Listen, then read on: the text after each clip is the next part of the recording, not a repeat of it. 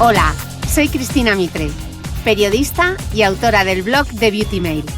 Bienvenidos a mi podcast, donde todas las semanas charlaré con los mejores expertos de la cosmética, la nutrición, el fitness y el bienestar, para que te sientas bien y te veas mejor.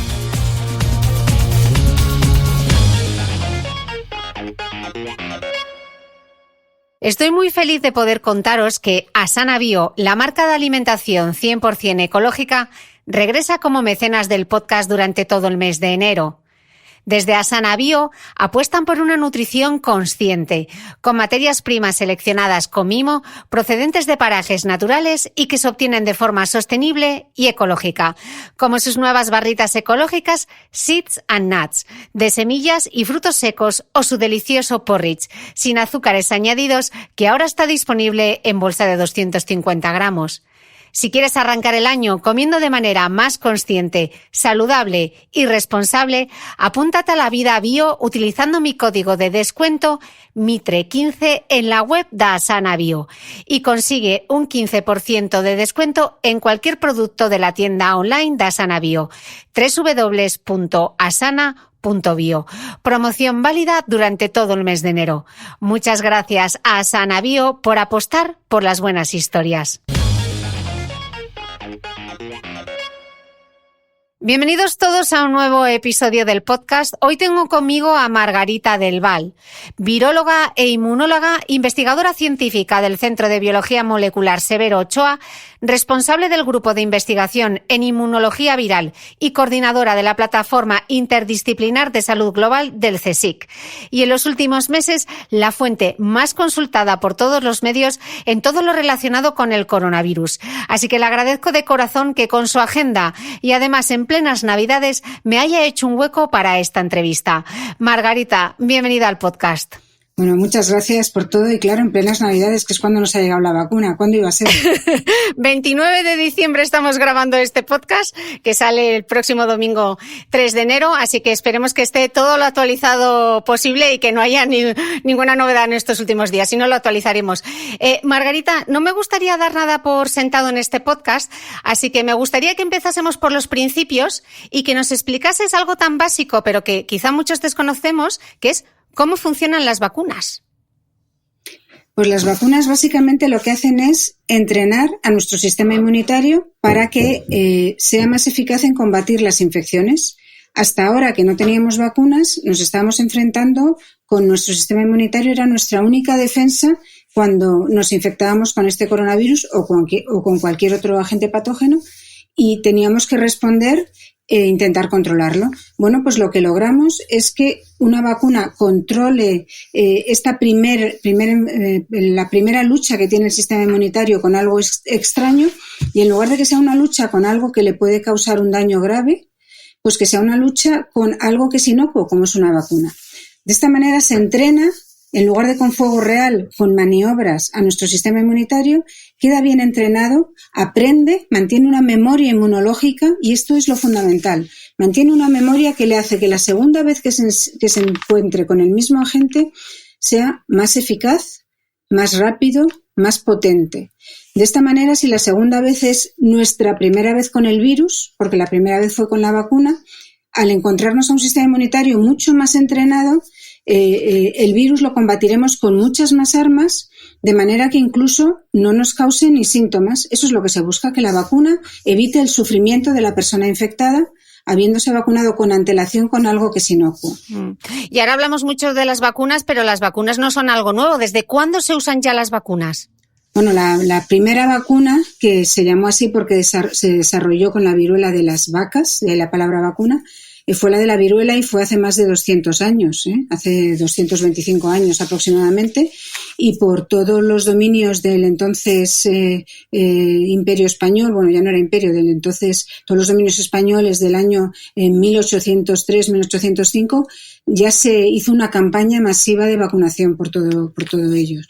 Y además no solo se vacunaba, sino que se enseñaba a fabricar la vacunación en cada sitio y además se enseñaba a llevar registros de a quién se había vacunado con qué lote. Aquello fue la campaña de Balmis. Por eso en la primera oleada la operación Balmis del ejército se llamó Balmis, por aquella aquella experiencia. Bueno, tenemos vacunas desde hace mucho. Desde mediados del siglo XX es cuando tenemos vacunas que se autorizan ya con ensayos clínicos con la calidad y el rigor que conocemos ahora. Pero ya llevamos más de 5, 6, 7 décadas con ese rigor y con esa experiencia de producir nuevas vacunas. Margarita, me gustaría explicar algunos conceptos básicos que vemos mucho en los medios de comunicación, pero que quizá no todos entendamos. ¿Qué significa el concepto de inmunización? Inmunización es entrenar a nuestro sistema inmunitario. Inmunizar es que se encuentre con algo extraño, que cause un cierto daño local y reaccione y se active, se entrene y cree una memoria inmunitaria. Eso es inmunizar. Uh-huh. Y, por ejemplo, el concepto de eficacia, que se oye mucho eficacia, me gustaría que nos lo explicases y si la eficacia es diferente a la efectividad. La eficacia es ¿a cuántas personas, a qué porcentaje de personas protege de todas aquellas que están vacunadas durante un ensayo clínico? Uh-huh. Y uno pensaría que lo que se hace en un ensayo clínico pues va a ser igual en la población normal. Bueno, no es exactamente igual y por eso se le da técnicamente 2 palabras distintas. La efectividad es cómo se traslada esto a fuego real, a la población real, a personas que tienen a lo mejor las defensas más bajas, que son inmunodeficientes, que no reaccionan con un entrenamiento tan bueno de su sistema inmunitario o que ni siquiera se les puede vacunar, a personas que no se ponen la segunda dosis porque se les olvida o cambian de sitio y ya no entran en el programa. En lugar de las personas adultos sanos o personas mayores sanas, entra a todo tipo de personas con todo tipo de patologías adicionales, etcétera. Además, no solo es que protege en condiciones de personas aisladas, sino que además le estamos pidiendo cómo protege en general a que haya menos incidencia en la población, es decir, cómo protege a los vacunados y también a los no vacunados. Es decir, si yo vacuno y lograse tener lograse tener la vacuna perfecta, como fue la de la viruela, como fue la primera, lograse tener una vacuna que no permite que ni siquiera el virus se multiplique en mi organismo si yo estoy vacunada, o sea, lo que es una inmunidad esterilizante, si lograse tener una vacuna perfecta, no solo tendría impacto sobre los vacunados que estarían protegidos, sino sobre sus contactos cercanos no vacunados. Entonces, cuando tiene impacto sobre los no vacunados, tiene más efectividad más allá de la eficacia, en particular en los vacunados. Entonces, la efectividad es lo que es de verdad práctico y útil para saber cómo se está controlando la pandemia. Uh-huh. La eficacia es como más limpio, más riguroso en el ensayo clínico. Y la efectividad puede ser mejor o peor que la eficacia, porque si hay muchas personas en las cuales no prende bien la vacuna o dura poco tiempo, la efectividad será menor, pero también puede ser mayor si además tiene una protección adicional sobre personas que no están vacunadas porque no les llega el virus. Uh-huh. Y luego hay otra que también es clave en el tema de las vacunas, que es la eficiencia, ¿no? No, yo creo que la eficiencia es una palabra que es muy parecida y se ha usado también. Creo que no. ¿A qué te refieres a lo mejor con la eficiencia? Me refiero, por ejemplo, en el caso de las vacunas, ¿cuánto es el coste de producción y cuánto es el coste de la distribución, ¿no? Porque estamos viendo, por ejemplo, como vamos a adelantar un poquito más tarde, la de Pfizer, ¿no? Que necesita esa temperatura para que la vacuna funcione. Entonces, como de eficaz, claro. El coste de las vacunas en cuanto a lo fácil que puede ser o lo costoso que puede ser luego distribuirlas y mantener la cadena de frío, que así es como se llama, y llegar a sitios remotos del planeta, eso es un punto aparte que, claro, toda esa logística, esa parte y puede dificultar que una vacuna sea práctica en realidad en distintas poblaciones, efectivamente. Margarita, otro concepto que no vemos tanto quizá en la prensa, pero sí mucho en redes sociales, es el de la toxicidad. ¿Cuántas veces no, es que las vacunas son tóxicas? Bueno, hay medicamentos que pueden tener unos ciertos efectos secundarios, una cierta toxicidad, y solo se permiten esos medicamentos si merece la pena. Siempre los medicamentos, y las vacunas son medicamentos, se aprueban si la relación entre el beneficio y el riesgo es claramente favorable para las personas a las que se va a aplicar. Bueno, como todos los medicamentos, se aplican a personas que están enfermas para curarles. Y la única excepción prácticamente son las vacunas. Hay muy pocos medicamentos preventivos que se aplican a personas sanas. Esa es la gran diferencia. Como se aplican a personas sanas, en las vacunas no se permite prácticamente ningún efecto adverso importante. Porque el beneficio tiene que ser sobre personas sanas en las cuales a lo mejor se enfrentan o no a la infección natural. No es como la certeza de tengo un cáncer terminal, me arriesgo a que tenga un efecto lateral adverso importante porque a lo mejor me cura. No, con las vacunas eso no se arriesga.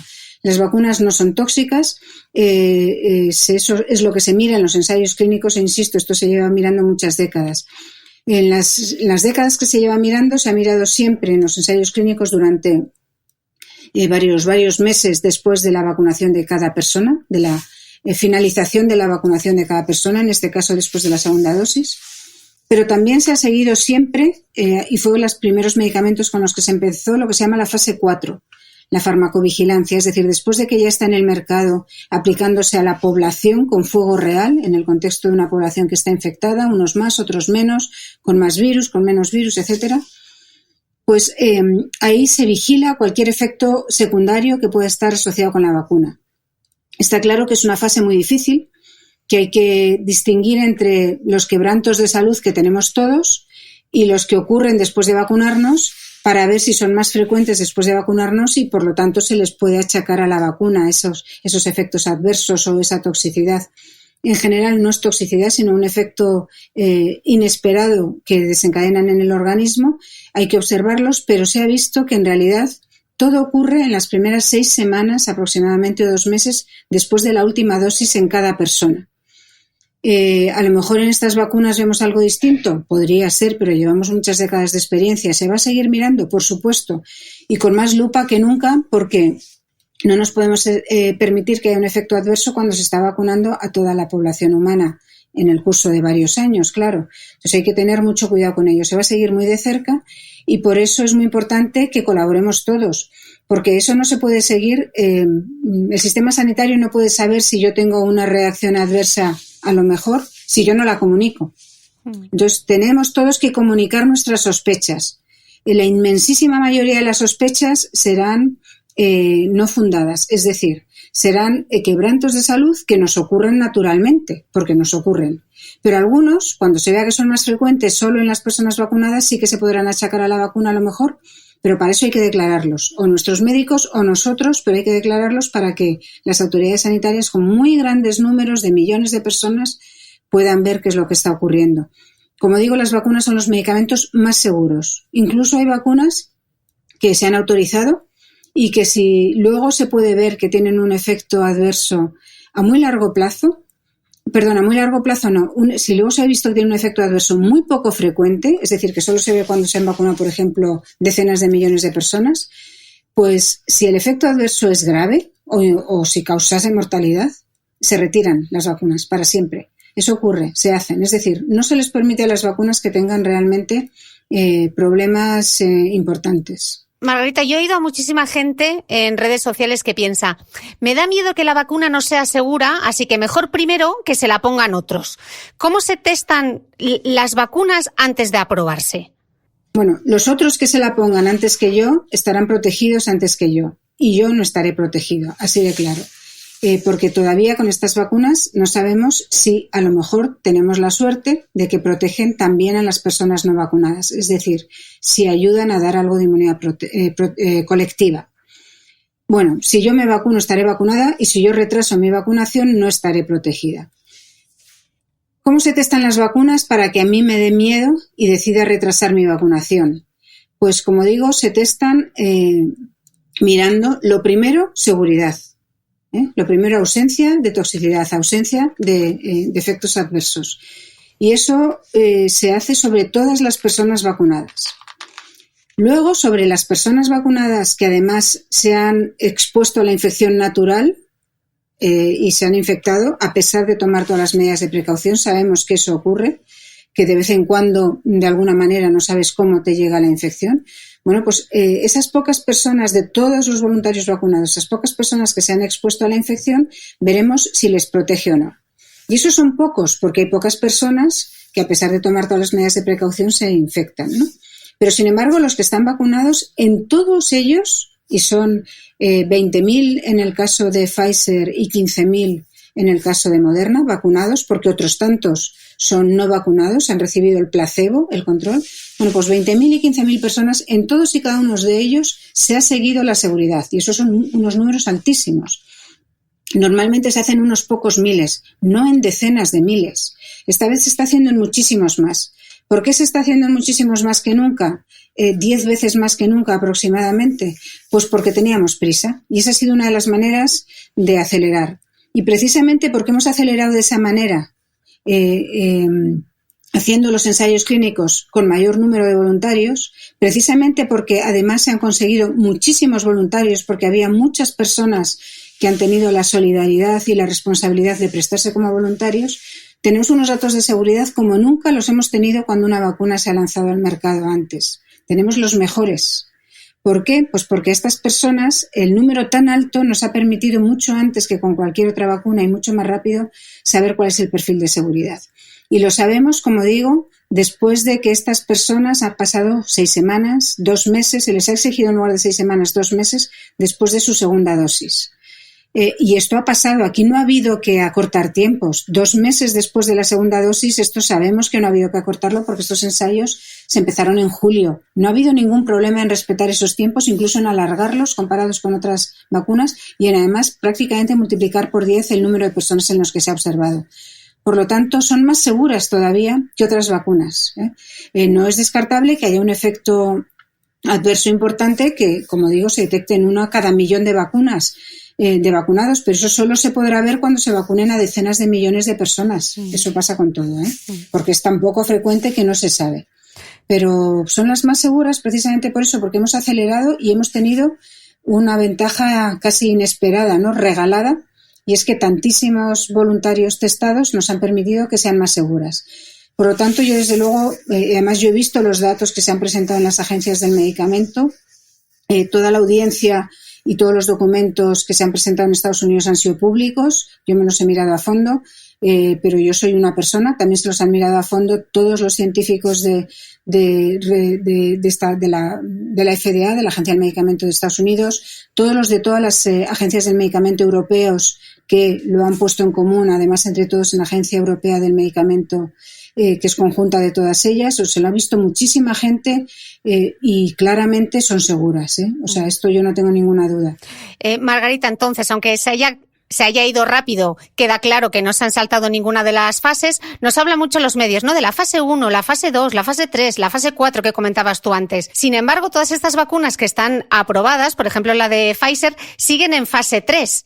Entonces seguro que hay quien piensa, pero eso no es arriesgado, que sigan fase 3 y ya no se están poniendo la vacuna, ¿no tendría que estar en fase 4? Efectivamente, está simultaneando la fase 3 y la fase 4. Esto ocurre alguna vez, pero es poco frecuente. ¿Qué nos queda por saber de la fase 3 que no se haya hecho? Pues queda por saber una cosa que es obvia, la inmunidad a largo plazo. Eso todo el mundo reconoce que no la sabemos, y eso está claro que se va a seguir analizando. Esa es la parte de fase 3 que queda. Okay. Pero ni compromete la eficacia ni compromete la seguridad. La seguridad también se va a seguir analizando, en particular con participación de la compañía y de todas las agencias del medicamento. Dentro de lo que es la autorización de las vacunas hay un plan que tiene que estar meticulosamente descrito y aprobado para hacer el seguimiento del final de la fase 3 y de toda la fase 4. O sea que eso, y además tiene que ser conjunto, la compañía tiene que estar proporcionando los datos y las agencias reguladoras tienen que estar recibiendo los datos de las poblaciones que al final somos nosotros, es decir, nosotros también vamos a colaborar en esa fase 4. Por lo tanto, la fase 3 continúa para ver cosas que no se han podido ver en corto tiempo, pero que no afectan a la confianza en la vacuna, a la seguridad y a la eficacia. A eso no afectan. Como digo, la seguridad es mejor y la eficacia hemos tenido mucha suerte, es muy alta, muy, muy alta. Pocas vacunas las hay que tengan una eficacia tan alta de entrada. Margarita, decías justo antes, hablando de la seguridad de las vacunas, que eso solemos saberlo ya entre las 6-8 primeras semanas de los ensayos clínicos. Pero, ¿qué pasa entonces con los efectos secundarios a largo plazo, no? Porque, por ejemplo, se ha visto con medicamentos como la talidomida, ¿no? Que años más tarde se vieron los efectos adversos que tuvieron esa medicación y era una medicación que estaba aprobada. Bueno, la talidomida fue precisamente el caso claro que nos hizo lanzar los ensayos clínicos ya hace muchas décadas con un control de, por ejemplo, el efecto que podía tener cualquier medicamento y también las vacunas sobre el feto que se está desarrollando en una madre embarazada, que en aquel momento aquello no se miraba. Y precisamente de aquello se aprendió, de cada tropiezo se aprende, eso ahora se mira siempre. En estos ensayos clínicos se han excluido a las mujeres embarazadas precisamente por eso, porque primero se mira la seguridad en la población en general y después se empieza a considerar si se puede estudiar en las personas embarazadas, en las mujeres embarazadas. Esta vacuna no se ha estudiado todavía en mujeres embarazadas, por eso no se recomienda para mujeres embarazadas, salvo que estén muy expuestas. Los estudios de seguridad en modelos animales con animales hembras preñadas están acabándose, los están ahora presentando a las agencias reguladoras. No se ha comunicado que haya habido ningún problema con los animales hembra embarazados que haga pensar que va a haber algún problema con la vacuna en mujeres embarazadas. Y además sabemos otro tema, que es que cuando tenemos dudas sobre si va a haber problemas en el desarrollo del feto en una mujer embarazada, esos son con vacunas que se multiplican, vacunas que están vivas. Y debemos recordar que ninguna de las vacunas en vanguardia y prácticamente ninguna de las que yo he visto en desarrollo, ninguna de las vacunas en vanguardia están basadas en un organismo vivo. Son todas vectores de multiplicación o sintéticas o purificadas, ninguna es nada vivo. Y esas son las que podrían tener riesgo porque se multiplicarían en la mujer embarazada y sobre todo en el feto en desarrollo y le podrían causar algún tipo de problemas. Por lo tanto, con estas que están llegando las primeras no se espera en absoluto que tengan ningún problema sobre embarazadas, pero se están completando los estudios en animales. Se están estudiando los estudios ya completados. ¿Cómo se recomienda para las mujeres embarazadas? ¿Cuál ha sido la manera de autorizarla? Pues la manera ha sido que si la mujer no tiene riesgo, que no se vacune. Pero si la mujer está con un riesgo de exposición muy, muy alto, que se valore entre la mujer embarazada y su médico cuál es el riesgo de exposición a la enfermedad y cuál sería el supuesto riesgo que pudiera tener la vacuna, que como digo, como no es un virus que se multiplique, como no es un virus vivo, es muy, muy, muy improbable y por lo tanto que se vacune o no se vacune en esas condiciones. Ha habido unas pocas mujeres que se quedaron embarazadas durante el ensayo clínico, no han tenido ningún problema, pero claro, todavía no ha llegado a término el embarazo en las que estaban recién embarazadas, lógicamente. Y bueno, eso también va a haber un seguimiento muy claro a ver si hay algún problema. Margarita, ¿quién aprueba definitivamente las vacunas? ¿Son organismos completamente independientes? Son las agencias reguladoras del medicamento, son organismos no solo completamente independientes de las empresas farmacéuticas, sino muy exigentes. Realmente son muy rigurosos y les piden todo tipo de controles a las empresas farmacéuticas. Es cierto que para las empresas farmacéuticas es bueno que haya alguien que les pida controles, porque si ellos no se han dado cuenta de que esos controles hacían falta y luego hay un problema con la vacuna, quien lo sufre mucho, aparte de las personas que tengan ese problema, son las empresas farmacéuticas, porque pierden su credibilidad, además de su negocio.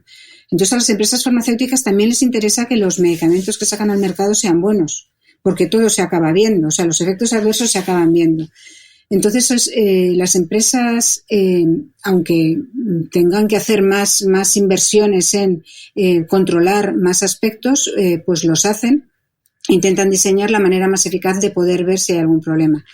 Las agencias reguladoras del medicamento están formadas por personas absolutamente con formación técnica, normalmente es gente con un antecedente de investigación científica, que saben todo lo que puede ocurrir, que se plantean a largo plazo todo lo que podría ocurrir y que piden que se diseñen o sugieren el diseño de cómo investigar en las personas si eso ocurre o no ocurre. Por poner un ejemplo, una cosa sencilla que no es un efecto adverso, pero que se pide a estas vacunas, es si estas vacunas evitan que la persona vacunada se infecte cuando se enfrenta al virus. Se suele creer que las vacunas se diseñan para que nos protejan de la infección, de manera que si estamos vacunados no nos podamos infectar. ¿Qué va? Las vacunas se producen para que nos protejan del sufrimiento, para que nos protejan de la enfermedad, de la muerte. A lo mejor algunas lo hacen evitando que nos infectemos, pero hay otras que lo que hacen es que nos infectamos, pero se controla mucho antes la multiplicación del virus y por lo tanto no causan el sufrimiento, no causan la enfermedad, no causan los síntomas. Bueno, pues esta creencia tan extendida de que las vacunas evitan la infección todavía no se ha podido demostrar con las vacunas que están ahora en las primeras fases de autorización. Es la gran incógnita, ¿no, Margarita? Es una incógnita. Bueno, pues se les pide a las empresas farmacéuticas que lo demuestren. No porque sea un problema de seguridad, sino porque será una información muy útil para saber cómo controlan la pandemia a nivel social y a nivel económico, ¿no? Entonces, bueno, pues eso se hace. Hasta ahora lo que hacían es que a los voluntarios se les decía, si tienes síntomas, ven y miramos si estás contagiado, te hacemos un test diagnóstico, un test de antígeno o una PCR. Y entonces miraremos si estabas vacunado o eras del grupo de control, de placebo. Ahora lo que se va a hacer es a todos los voluntarios se les va a hacer un ensayo en el cual se va a mirar si se han expuesto al virus, aunque no hayan tenido nadie síntomas, que son la mayoría. Entonces a todos esos que no han tenido síntomas se les va a mirar si tienen anticuerpos frente a una proteína distinta que la que va en la vacuna, la S. Si tienen anticuerpos frente a una proteína del virus, de este coronavirus, distinta de la que va en la vacuna, es que se han enfrentado al virus sin haberse dado cuenta. Entonces se verá si la cantidad de gente que se ha enfrentado al virus sin haberse dado cuenta es la misma en el grupo vacunado que en el placebo. Si es exactamente la misma, quiere decir que la infección ha ocurrido en ambos grupos. Por lo tanto, la vacuna no previene la infección. Sin embargo, si hay muchos más vacunados en el grupo placebo que en el grupo de muchos más infectados que tienen estos anticuerpos que dicen has pasado la infección aunque no te enteraste, si tienen hay muchos más anticuerpos frente a esta otra proteína en el grupo placebo, es que todos han enfrentado la infección, pero solo han resultado infectados los del grupo placebo. La vacuna protegería, por lo tanto, de la infección. Entonces, estas empresas, estas agencias reguladoras les piden a las compañías farmacéuticas que miren esto. Es un trabajo, volver a llamar a todos los voluntarios, es un gasto, es un estudio de los datos, pero es importante saberlo. Entonces, este tipo de preguntas en una cosa que nos pilla muy de cerca, se le hacen buscándole todos los entresijos y todos los posibles problemas que puedan tener, se les hacen desde las agencias reguladoras independientes a las compañías farmacéuticas para que lo miren. Margarita, las agencias reguladoras de Reino Unido y de Estados Unidos han optado por una autorización de emergencia para esta vacuna y en Europa se llama autorización condicional de comercialización. ¿Qué supone esta diferencia de términos? Bueno, son los reglamentos que se ha puesto cada uno. En Europa lo que tenemos es que se les ha puesto unas condiciones a las empresas farmacéuticas. Y estas condiciones son, en el curso de 6 meses, 1 año, 2 años, etcétera, con estos plazos que sean realistas, tienes que proporcionar una serie de datos. Si proporcionas esa serie de datos y esos datos son favorables, cumples las condiciones y entonces valoraremos si se levanta la aprobación condicional y se da aprobación definitiva o si hay nuevas cosas que hay que mirar y mantenemos las condiciones.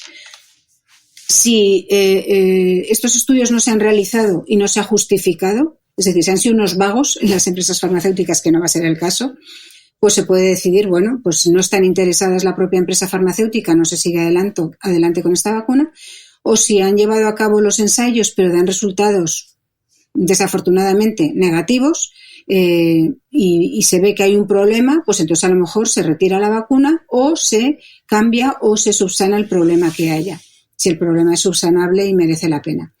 Esa es la condición. Si cumplen las condiciones, se seguirá avanzando. Si no las cumplen, se retirará esta autorización condicional. En Estados Unidos, en Reino Unido, que nos pilla más cerca, lo que han hecho es aprobar lote a lote, de manera que han mirado la calidad de la producción en las fábricas de los primeros lotes, pero seguirán mirando lote a lote la calidad de la producción en los siguientes lotes.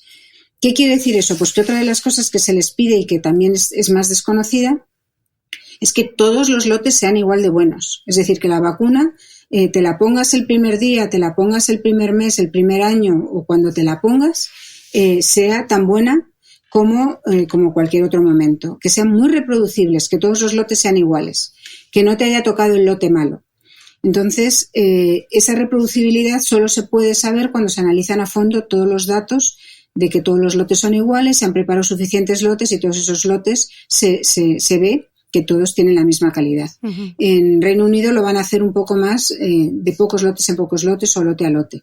Eso lleva un trabajo de seguimiento más dedicado por las agencias reguladoras, pero ha permitido que lo adelanten un cierto tiempo. Como la logística era difícil en cualquier caso, no han ganado mucho en Reino Unido, pero han empezado un poco antes. Y en Estados Unidos tienen una aprobación de emergencia que, de nuevo, no permite ni siquiera su puesta en el mercado, no tiene un nombre comercial, las vacunas, mientras que en Europa ya tiene un nombre comercial la de Pfizer. Y en cualquier momento, no al año, o sea, no ponen esos plazos, en cualquier momento siguen teniendo condiciones para ir comunicándoselas a la agencia reguladora y en cualquier momento se puede revocar esa autorización de emergencia. Y solo se mantiene mientras haya emergencia. Cuando deje de haber emergencia, desaparece.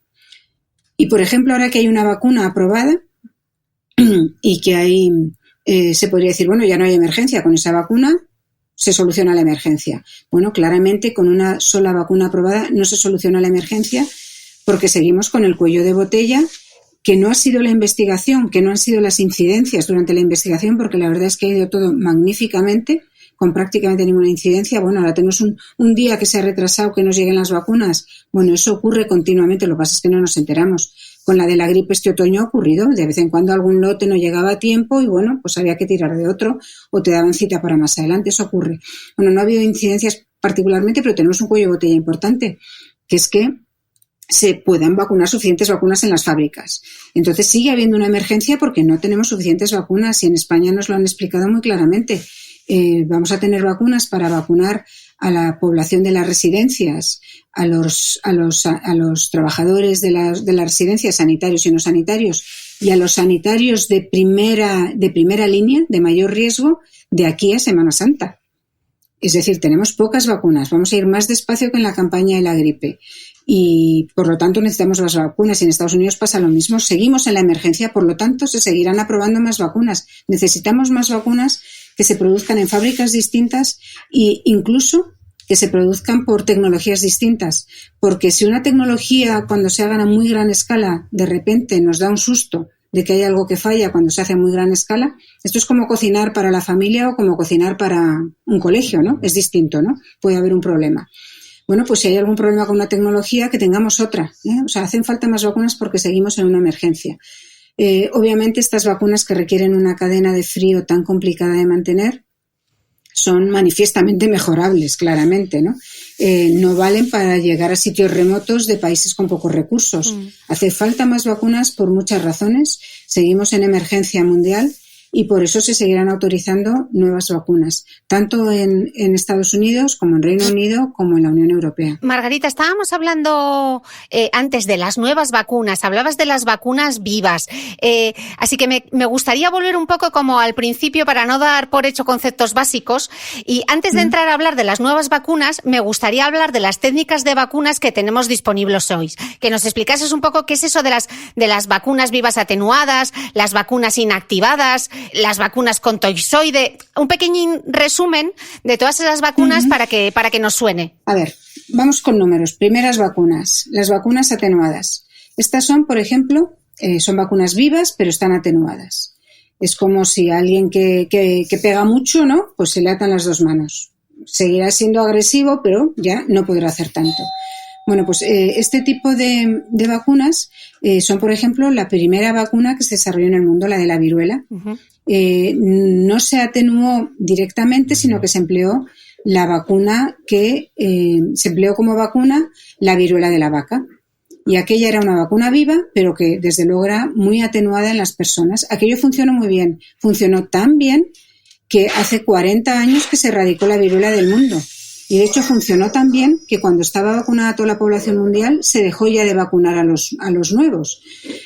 Alrededor del año 70 se dejó de vacunar en España. Eso eran vacunas vivas. Sí, también la del sarampión y las paperas, ¿no? La del sarampión, la de las paperas, la de la rubeola son atenuadas, la de la polio que se usaba en España hasta el año 2000 son atenuadas también. y todas ellas son virus vivos. Uh-huh. Todos esos virus vivos o bacterias vivas, como la de tuberculosis, que no se usa en España porque no protege del tipo de enfermedad que se da en España, que es la tuberculosis pulmonar. Uh-huh. Todas esas vacunas atenuadas de virus o de bacterias son las que no están indicadas, por ejemplo, para las embarazadas o para las personas que tienen algún tipo de inmunodeficiencia, que tienen sus defensas algo más bajas. Por ejemplo, por un tratamiento por cáncer, por un trasplante, etcétera. Ese es el número 1. Número 2, el segundo tipo de vacunas que se desarrolló se crecían los virus y lo que se hacía era inactivarlos por un proceso de calentamiento o de un tratamiento con algún compuesto químico determinado, de manera que ya no eran infecciosos. Estas vacunas de virus inactivados lo que hacen es que entrenan a nuestro sistema inmunitario a reconocer las partículas de virus, pero tienen un fallo y es que no entrenan a nuestro sistema inmunitario a reconocer las células infectadas. Y nuestro sistema inmunitario tiene que estar entrenado para ambas cosas, para destruir a las partículas de virus que están dando vueltas por nuestro organismo y que son con las que infectamos, transmitimos, contagiamos a otra persona, pero también nuestras propias células cuando están infectadas, porque ahí es donde se fabrican los nuevos virus en grandísimas cantidades. A lo mejor una célula, a partir de un único virus, es capaz de producir 10.000 virus. Entonces hay que destruir las dos cosas. Entonces las partículas con virus inactivado a priori no entrenan del todo a nuestro sistema inmunitario. Pero hay algunas vacunas que están hechas con virus inactivados ahora frente al coronavirus y algunas de ellas se han hecho en China. La de Sinopharm, ¿no? Por ejemplo. El prototipo. Efectivamente, estas son con virus inactivados.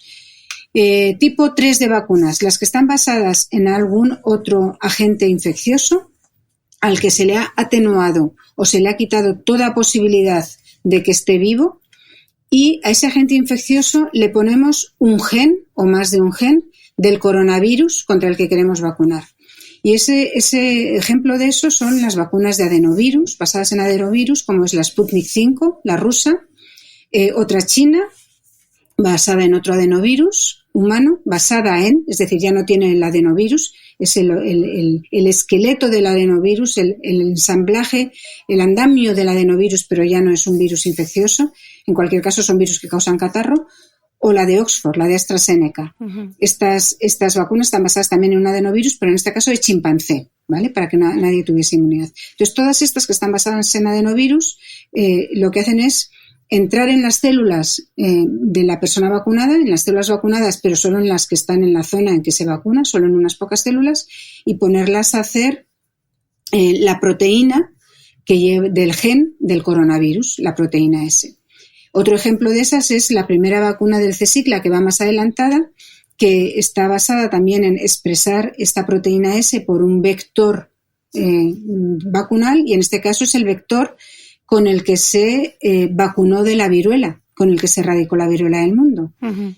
Por lo tanto, es una base que se ha visto que es muy eficaz hasta el punto de que ha erradicado la viruela, ¿no? Entonces, sobre esa base atenuada y además hiperatenuada es sobre la que se está construyendo la vacuna del CSIC, que va más adelantada. Por lo tanto, son virus recombinantes que expresan ahora esas proteínas. El cuarto tipo es decir, bueno, pues si esta es la proteína que vale, vamos a purificar la proteína solo. Entonces, hay vacunas que están purificadas, que son proteínas purificadas, son mucho más sencillas que todas las anteriores. Se crece la proteína en métodos de células, hay muchos tipos distintos, se purifica esta proteína y se concentra y en grandes cantidades se producen las dosis necesarias para inmunizar a la persona. Esa proteína, la proteína S, de nuevo seguimos con el coronavirus, pues se inocula y lo que hace es prácticamente solo anticuerpos frente a esa proteína. De nuevo, entrena a nuestro sistema inmunitario a reconocer sobre todo las partículas virales, porque esa proteína es la que está por fuera de los virus.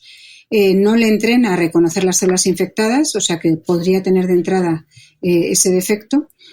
Y son, por ejemplo, la de Sanofi y GSK, son las que están de las más adelantadas que están, y también otra que se llama Novavax, son con la proteína purificada. Producir proteínas tiene su chicha, no es tan fácil producirlas porque todas las proteínas son distintas, tenemos nosotros muchísimas proteínas en el organismo y son todas distintas. Otro ejemplo de vacunas que se conocen ya, que son a base de proteínas, son las que has comentado de los toxoides. Hay bacterias que lo que causan es una enfermedad muy grave, pero no la causan porque se multipliquen en nuestro organismo, sino porque son capaces de hacer una toxina. Todo el daño que causa esa bacteria es por una única proteína que es una toxina. Y, por ejemplo, es el tétanos, la difteria, la tosferina. Ese es el problema, la toxina que tienen. Entonces, contrarrestando solamente esa toxina, aunque la bacteria siga trabajando y multiplicándose, se logra controlar del todo la infección.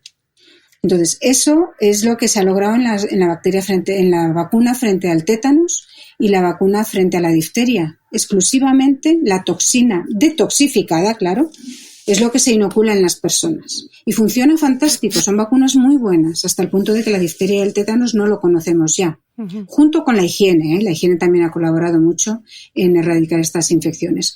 Pero, sin embargo, las bacterias que producen el tétanos o la difteria siguen circulando, poco, pero siguen circulando. Y, sin embargo, no hay ningún problema de infección, de enfermedad. ¿Por qué no hay problema de enfermedad?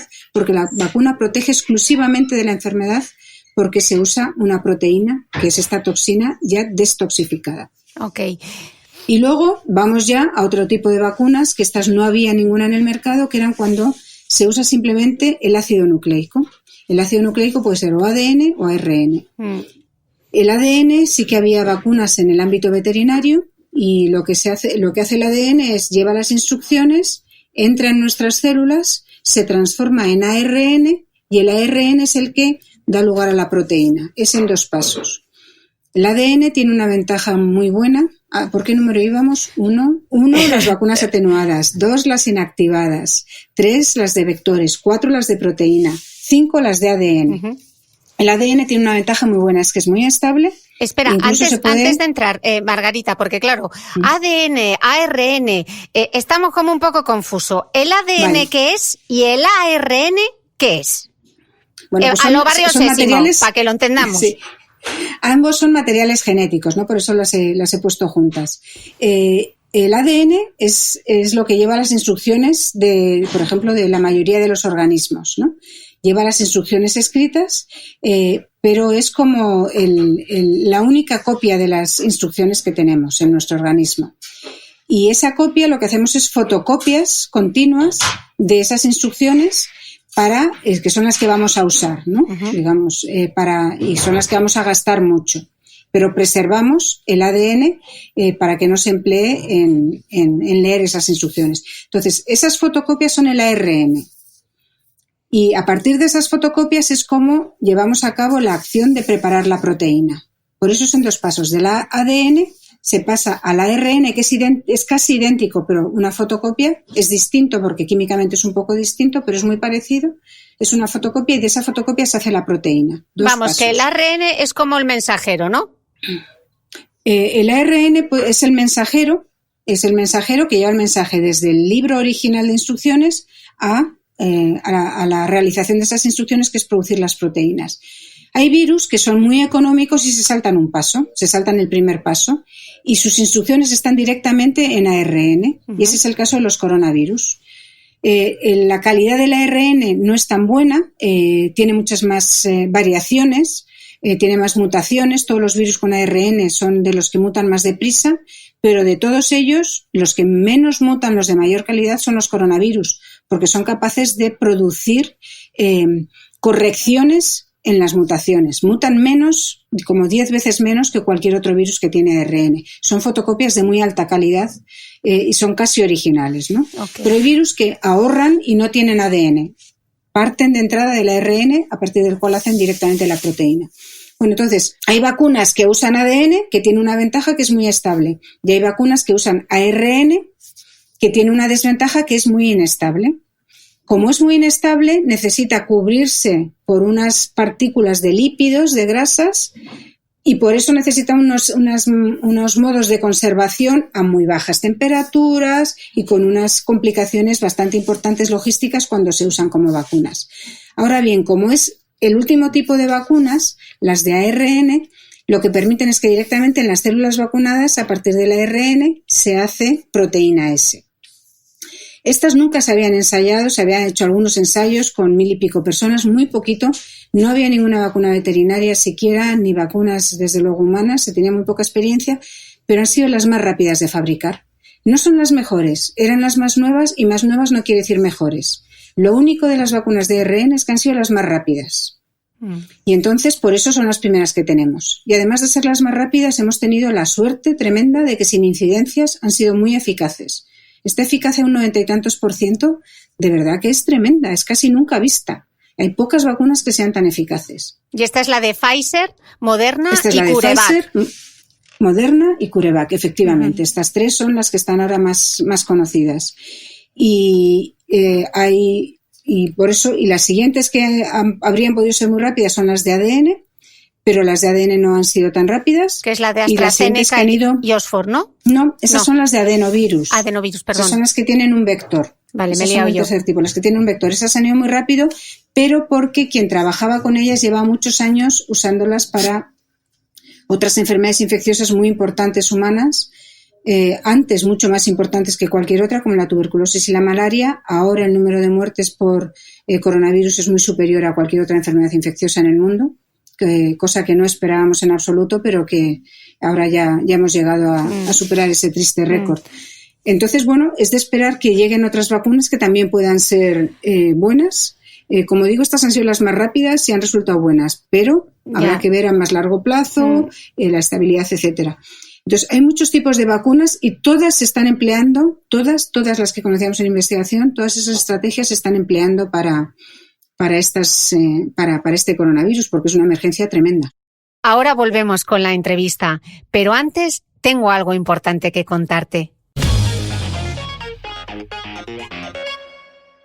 Ya sabes que este podcast es posible gracias al mecenazgo de Asana Bio, una marca de alimentación 100% ecológica que apuesta por una nutrición saludable y consciente, porque todos los ingredientes de los productos de Asana Bio proceden de agricultura ecológica certificada 100% naturales. Si quieres arrancar el año comiendo de manera más consciente, saludable y responsable, apúntate a La Vida Bio utilizando mi código de descuento MITRE15 en la web www.asana.bio y consigue un 15% de descuento en cualquier producto de la tienda online de Asana Bio. Promoción válida durante todo el mes de enero. Margarita, yo que me he visto todos tus vídeos y todas tus intervenciones, yo sé que al principio tú fuiste un poco escéptica con esta vacuna de ARN mensajero de Pfizer. Me gustaría saber si desde noviembre has cambiado de opinión.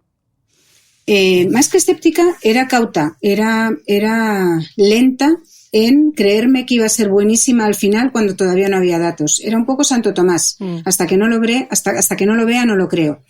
Era una vacuna, al principio, en noviembre, en los anuncios que tuvieron que hacer para inversores porque podían alterar el valor de la compañía, en los cuales no daban ningún dato, adelantaron que la eficacia que estaban viendo era sobre los síntomas leves y moderados.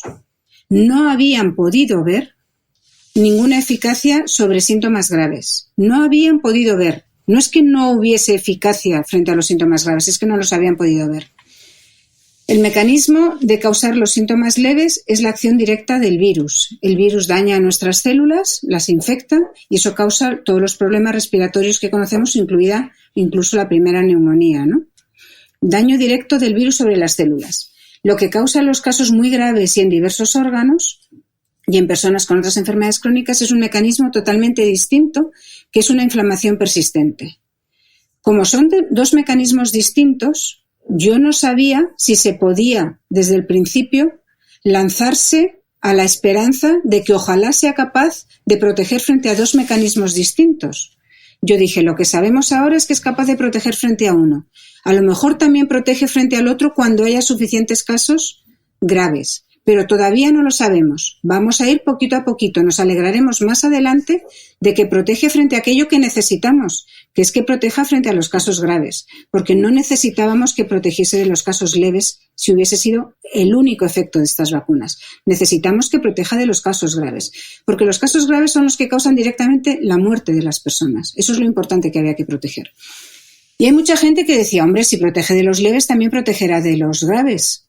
Y yo recuerdo que hay vacunas, cuando se conocen muchas vacunas, recuerdo que hay vacunas que protegen de unos síntomas sí y de otros no, que protegen a unas edades sí y a otras edades no. Por ejemplo, la vacuna de la malaria se estudió en personas adultas y se vio que tenía un cierto grado de protección.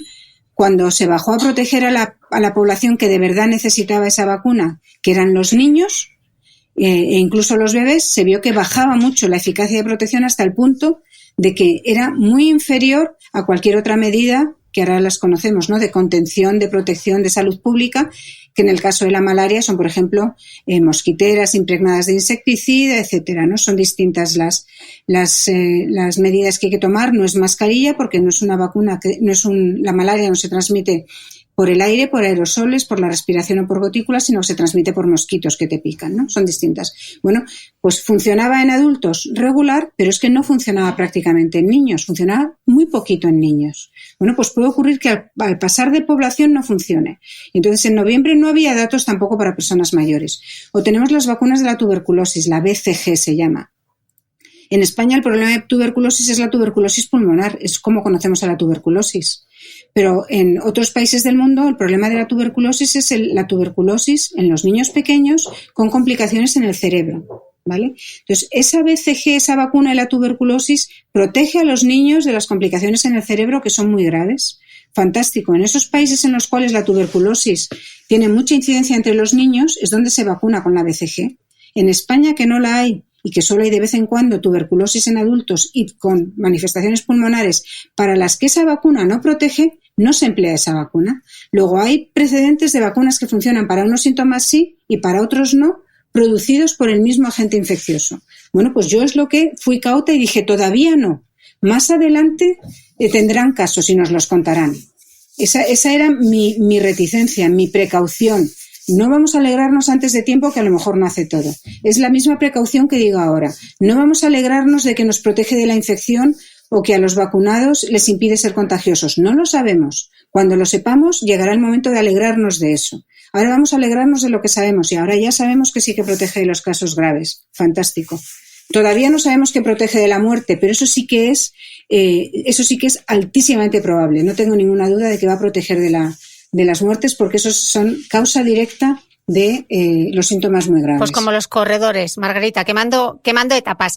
Margarita, yo me pregunto, estás diciendo tú que no solamente vamos a necesitar una vacuna, sino que vamos a necesitar muchas vacunas para poder llegar a toda la población mundial. Entonces, ¿por qué se habla tanto en medios y en redes sociales de unas vacunas y tampoco de otras? Bueno, por ejemplo, en Argentina están empezando ahora la campaña de vacunación con Sputnik 5. ¿Por qué no hablamos aquí de ella? Bueno, pues porque no ha pedido autorización en la Agencia Europea del Medicamento. En la Agencia Europea del Medicamento han solicitado la autorización, además de Pfizer y Moderna, que son dos vacunas de ARN, que son, como digo, las más rápidas y que son muy, muy parecidas ambas. O sea, se diferencian en cómo son los lípidos que protegen al ARN y por eso tienen distintos tipos de conservación, pero sus datos clínicos son muy parecidos, son casi intercambiables, ¿vale? Y otras dos han pedido también su autorización en Europa, que son las dos de adenovirus, la de Oxford con AstraZeneca y la de Janssen o Johnson & Johnson, que es también basada en un adenovirus. Entonces, esas ambas han pedido su autorización en Europa y además, desde octubre o noviembre, están dando continuamente datos para que a la vez que se están produciendo los datos se vayan pudiendo adelantar la evaluación por parte de todos estos expertos europeos independientes que ya van mirando los datos y van sacando sus propias conclusiones independientemente de las de la compañía. ¿Vale? La evaluación está ocurriendo antes de que se haya acabado suficiente, antes de que haya avanzado suficiente el ensayo clínico como para decir, ya tenemos datos sólidos. A lo mejor parte de este trabajo es en vano porque alguna de estas vacunas resulta que no tira para adelante, pues a lo mejor.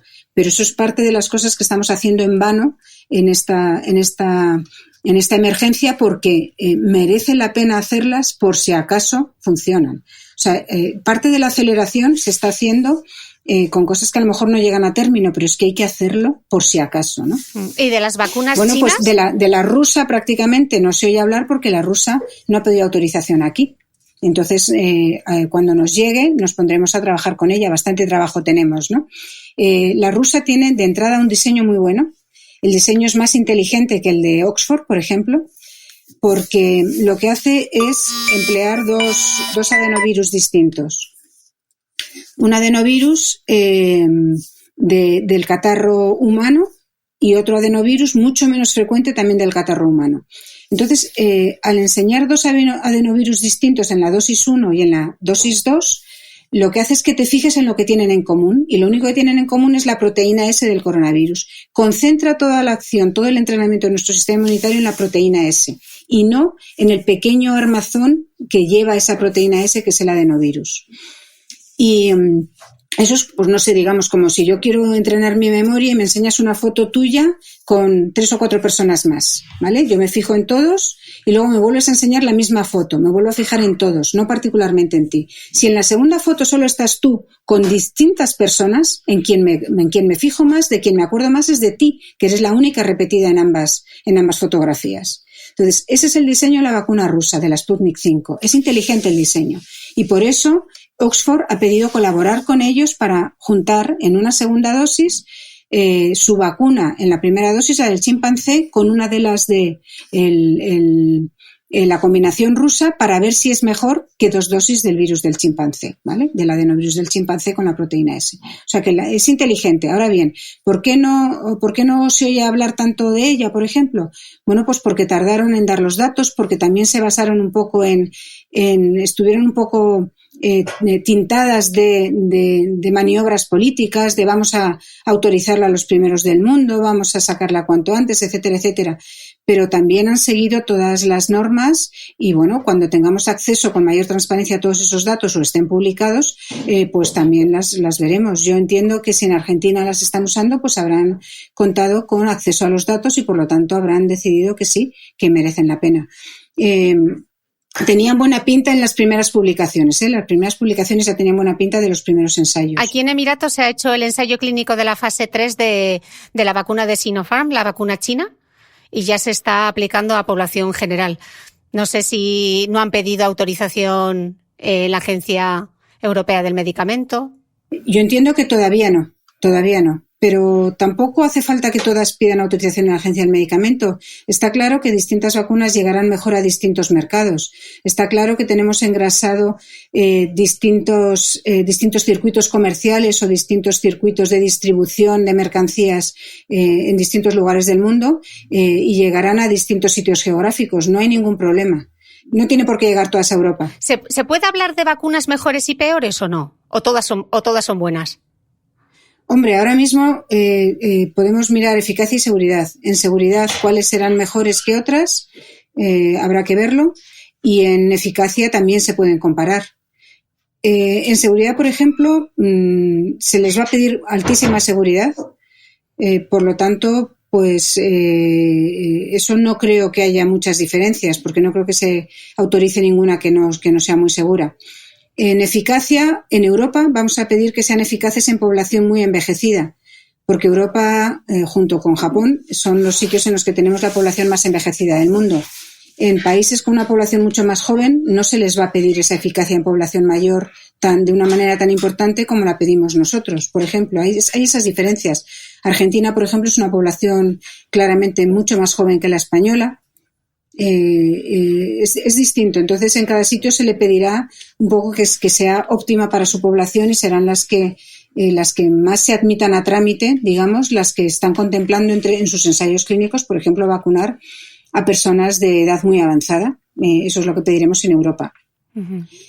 A lo mejor en los países de África más avanzados, pues lo que les pidan con sus agencias reguladoras es que protejan en condiciones en las cuales hay otras coinfecciones por enfermedades tropicales, por ejemplo, cosa que para nosotros en principio no nos es tan importante como puede ser en esos países. Entonces, en cada sitio puede hacer falta unos requerimientos durante el ensayo clínico que sean más favorables para cada país. Hacen falta, desde luego, distintas vacunas y este no es el único momento en el que esto ha ocurrido. Frente a la gripe, por ejemplo, todas las vacunas son con la misma tecnología, pero en la misma campaña de vacunación de la gripe de otoño hemos tenido entre 5 y 7 vacunas, dependiendo de las comunidades autónomas y todo esto. O sea, y todas funcionaban, unas eran más para niños, otras eran dosis muy alta para personas muy, muy mayores en residencias de mayores, etcétera. O sea, había varias. Incluso de distintas marcas, todas con la misma tecnología. Por ejemplo, ahora que se está a punto de erradicar la poliomielitis del mundo, quedan decenas de casos en todo el mundo, o sea, es poquísimo, se están empleando dos vacunas que se desarrollaron en los años 50 y esos dos tipos de vacunas se siguen empleando ahora. Una es virus atenuado y otra es virus inactivado. O sea, que es todo usar más de una vacuna, se le saca jugo a más de una vacuna en todo momento. O sea, que esto no es un precedente único. Lo que sí que es único es que ahora no va a haber una o dos, sino que va a haber bastantes. Habrá pues entre 5 y 10 probablemente dando vueltas por el mundo y que vayan funcionando. Unas serán más estables, otras menos. Unas serán para una población, otras para otra. Y luego lo que todavía, claro que no sabemos, serán mejores las que más duren. Pero eso desde luego lo sabremos en 1 año o 2 años. Eso tardaremos más en saberlo. Las óptimas serán aquellas que con una dosis con una campaña, con 2 dosis nos inmunicen para décadas, para toda la vida, por lo que podamos ver. Esas serán las mejores. Me da la sensación, Margarita, que con todo este foco mediático, que si y claro, con los términos peyorativos, la vacuna rusa, la vacuna china, la vacuna de Oxford, es como que, no, yo es que no quiero que me pongan la de, que no me fío, que no me pongan la china, que me pongan mejor la de Oxford. Tengo como esa sensación que entre el público en general, desde el puro desconocimiento de la ciencia y de los protocolos que se siguen para las vacunas, ha pasado algo que no había pasado nunca, ¿no? Que tú te vayas a poner una vacuna y preguntes cuál es el laboratorio o de dónde viene la vacuna, ¿no? Yo me he puesto la vacuna de la fiebre amarilla y no me he puesto a preguntar, ¿pero esto dónde se hace? ¿Quién la ha hecho? Claro. Ni siquiera la de la gripe nos lo hemos preguntado, ni siquiera sabíamos que había varias, ¿verdad? Bueno, tú llegabas al centro de salud, te vacunaban y te ponían la que tenían para ti directamente. Y a lo mejor en distintas comunidades autónomas han sido distintas porque se ha podido acceder a la compra de distintos lotes de vacunas, a lo mejor en distintas comunidades autónomas o en distintos países de Europa. Bueno, vale, porque había varias fábricas y cada una tenía una capacidad máxima de producción y entre todas nos han suplido a toda la humanidad, ¿no? A todos los grupos de riesgo. Ahora mismo pasará lo mismo. Yo no podré, si a mí me llega, yo no soy grupo de riesgo, si a mí me llega la vacunación, que yo espero que les llegue antes a otros puntos del planeta, a los grupos de riesgo a otros puntos del planeta antes de que me llegue a mí, que no soy grupo de riesgo en un país con muchos recursos, pues si a mí me llega, yo no tendré opción de elegir. La que en ese momento se aplique a personas de mi edad y mi riesgo será una y esa será la que a mí me pongan. O sea, yo no podré elegir. Uh-huh. Con China estamos teniendo un poco la situación de prepotencia que tuvimos al inicio de la pandemia. O sea, aquí se mezclan asuntos geopolíticos, ¿no? No nos creíamos que esto iba a ser una epidemia grave y no hicimos ni caso a lo que hacían los chinos, incluso lo mirábamos con mucha condescendencia. Vaya tontería construir un hospital de emergencia. Bueno, pues así nos ha ido. Las vacunas chinas las estamos mirando con esa suficiencia que tenemos desde aquí, ¿no? Las chinas fueron las primeras que se hizo una publicación científica de alta calidad. Fue la primera que salió de los primeros ensayos clínicos de las vacunas chinas, ¿eh? O sea que eso no lo podemos olvidar, basadas también como la de Oxford y la Sputnik 5 en adenovirus. Con Rusia hay que tener en cuenta que, bueno, y con China recordar que sufren epidemias regularmente de gripe de las aves, de gripe aviar, controlan muy bien las epidemias, tienen un centro de control de enfermedades muy bueno y por eso han controlado también la pandemia en China. En China hay 0 casos o ahora están surgiendo algunos. Ahora tienen 7 casos, 7 contados en Pekín y van a cerrar un distrito entero, ¿no? O sea, tienen muy poquitos, está muy controlado. O sea, que también saben con qué se están viendo los problemas, ¿no? Saben cómo reaccionar. Y Rusia tiene unos virólogos excepcionales. No sé ahora mismo cómo son, pero históricamente han tenido unos virólogos fantásticos, hasta el punto de que la vacuna de la viruela que todavía existe en el mundo, aunque no nos vacunamos ya nadie en España desde los años 70 y se erradicó en el 79, se declaró erradicada en el 80, hace 40 años, entre Rusia y Estados Unidos son los que controlan la viruela en el mundo. Es decir, Estados Unidos junto con Rusia tienen un comité conjunto en el que participan expertos de más países, también españoles, Dos del CSIC participan, por ejemplo, en el que ven si se destruye el virus de la viruela o no, a quién se vacuna, qué se hace. Toda la estrategia mundial con la viruela es un punto menor, pero ahí están negociando conjuntamente Rusia y Estados Unidos, porque los rusos tienen mucha experiencia en manejo de enfermedades infecciosas. Los rusos fueron el país que forzó al resto del mundo y a las Naciones Unidas al final de la Segunda Guerra Mundial, después de la Segunda Guerra Mundial, a que se iniciase la campaña mundial de vacunación y erradicación de la poliomielitis del mundo. O sea que realmente tienen una tradición de enfermedades infecciosas buena. La idea, como he dicho, es muy inteligente de diseño. No es que sea una locura, pero es inteligente. Eso se ha hecho muchas veces antes, pero de entrada han apostado por esa. Bueno, pues no estamos hablando de ellas, pero llegarán a más población y será muy importante que lo hagan. Margarita, ¿por qué con casi todas las vacunas, independientemente de la tecnología que utilicen, necesitamos 2 dosis? Bueno, esto es muy importante, lo de las 2 dosis, porque nuestro sistema inmunitario necesita entrenarse y el entrenamiento necesita que nos lo recuerden. A ver, si nosotros vemos una película y nos acordamos de ella, nos acordaremos muchísimo mejor si la hemos visto 2 veces, ¿vale? Y por eso son las 2 dosis. Y en concreto, yo hago una analogía. En la primera dosis se entrena el sistema inmunitario como quien hace un curso de inglés. Y la segunda dosis no es como si hiciese un segundo curso de inglés, es como si ya hablase como un nativo. Es un salto tremendo, entre 50 y 100 veces mejor calidad con la segunda dosis. No es el doble, no es una otra dosis, no es el doble, es como 50 o 100 veces mejor. Entonces, si tienes 50 o 100 veces más anticuerpos, más inmunidad celular, más linfocitos de memoria, más memoria inmunológica con 2 dosis que con una, si tienes 50 o 100 veces más, te durará más tiempo. Por lo tanto, es muy importante que nos pongamos la segunda dosis. Eso es muy importante porque es la manera en que funciona nuestro sistema inmunitario. Es la manera en la que nos permite que reaccionemos muy potentemente, estemos tan protegidos que ni siquiera nos enteremos que nos hemos enfrentado por segunda vez a ese agente infeccioso. Es lo que hace que nos creamos que muchas enfermedades solo las pasamos una vez, porque realmente los síntomas solo los pasamos una vez, pero nos enfrentamos a esa infección más veces. Lo que pasa es que la controlamos porque nuestro sistema inmunitario se acuerda perfectamente del inglés o de esa película que ya hemos visto más de una vez. Es muy importante la segunda dosis. Y concretamente en el caso de las vacunas de ARN, quería recordar una cosa. La reacción que dan estas vacunas, todas las vacunas dan una cierta reacción cuando se inmuniza, ¿no? En el momento en que te vacunan, pues dan una reacción local, pues se pone rojo, se inflama un poquito la zona, se calienta, a veces se queda un poco entumecido el brazo que no lo quieres ni mover y a veces da fiebre y más general, ¿no? Bueno, estas vacunas de ARN, que son nuevas, dan una reacción un poco distinta. Más que en el sitio local, que ahí lo único que dan prácticamente es dolor, ¿no? En la zona en que se ha pinchado, dan un malestar general. Es decir, el cuerpo entero uno se encuentra mal y esto dura un par de días.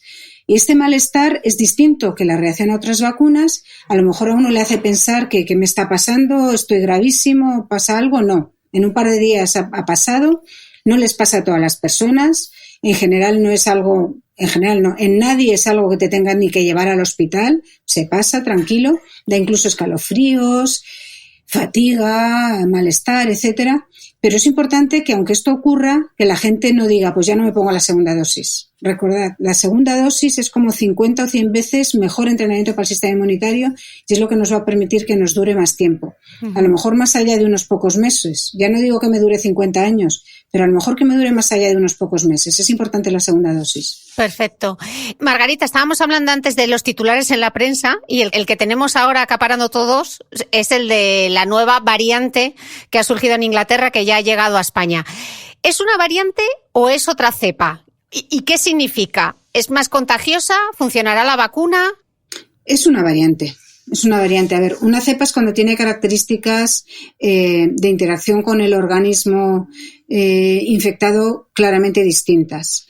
Y eso es una definición que definen los expertos. Es decir, no hay unas circunstancias claras, pero tiene que ser claramente muy distinta, comportarse de una manera muy distinta. Esto es una variante, tiene una serie de mutaciones que sabemos que este virus, que muta poco, pero también muta, va acumulando mutaciones a lo largo del tiempo. Y claro, con el nivel tan altísimo de multiplicación que tiene por todo el planeta, en todas las personas que, persona que infecta, persona en la cual se puede multiplicar, cause o no síntomas, pues se están generando, claro, bastantes variantes. Y estas variantes, en general, la mayoría o son inocuas o son, errores para el virus. Tienen un impacto negativo para el virus. Es un libro de instrucciones y si metemos errores de ortografía, normalmente serán palabras que sean más difíciles de comprender con un error de ortografía. Algunas veces nos sale una palabra nueva, más bonita, más interesante con un error de ortografía, pero es pocas veces. Y algunas veces con esa palabra tiene sentido en el conjunto de la frase y le da una propiedad biológica nueva, digamos, ¿no? Pero muy pocas veces. La propiedad biológica nueva que se cree que a lo mejor le habría dado esta variante de Reino Unido sería que se transmite mejor. Eso es bueno para el virus. Para el virus sería una palabra más bonita porque le permite transmitirse más y un virus si no se transmite desaparece, no existe, ¿no? Se tiene que transmitir. Por eso nos infecta, no para fastidiarnos, nos infecta simplemente para multiplicarse en nuestras células y poder existir y transmitirse. Antes no existía porque no se transmitía en las personas. Desde que saltó de algún animal a nosotros, sí que se transmite entre las personas. Pues esta variante que está apareciendo, aún han ocurrido dos cosas a la vez. Está apareciendo esta variante, como han aparecido otras variantes antes, la primera variante que apareció después de la primera oleada fue en España. Estoy hablando de Europa sobre todo, fue en España y surgió en el gran brote que hubo de los temporeros entre Lérida y Huesca. Ahí surgió una variante distinta. Otra variante surgió en Francia, cuando empezó a haber casos en Francia. Otra variante surgió en Dinamarca, cuando además se contagiaron muchas de las granjas de bisones que tenían allí. Y esta es otra de las variantes que ha surgido en Reino Unido. Esta vez ha coincidido con la época peor del año, la época en la que tenemos muchísimas relaciones sociales por todas las tradiciones navideñas y por todas las compras prenavideñas y además tenemos mucho frío. Entonces se ha juntado la peor época del año con la variante que está surgiendo. Están aumentando mucho los casos, muchísimo, en toda Europa y no se sabe si es por la variante o por las condiciones tan difíciles de que es el peor momento del año.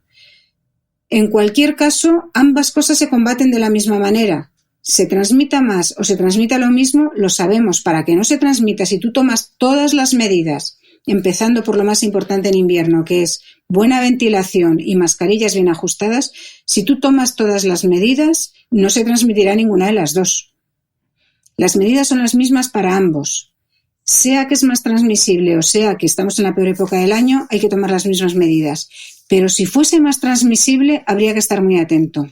Por lo tanto, por si acaso, por precaución ante una situación distinta, se están tomando las medidas todavía más a rajatabla. ¿Que habría que haberlas tomado en cualquier caso? Yo creo que sí. Pero ahora se están tomando más a rajatabla precisamente por precaución, porque no se nos pueden juntar dos cosas tan importantes en este momento. El peor momento del año y una variable más transmisible. Es muy difícil distinguirlo, es muy difícil analizarlo, ¿eh? Tiene varias mutaciones a la vez que la hacen más sospechosa, pero si es difícil saber cuál es el efecto de una mutación, más difícil es saber cuál es el efecto conjunto de varias mutaciones, ¿eh?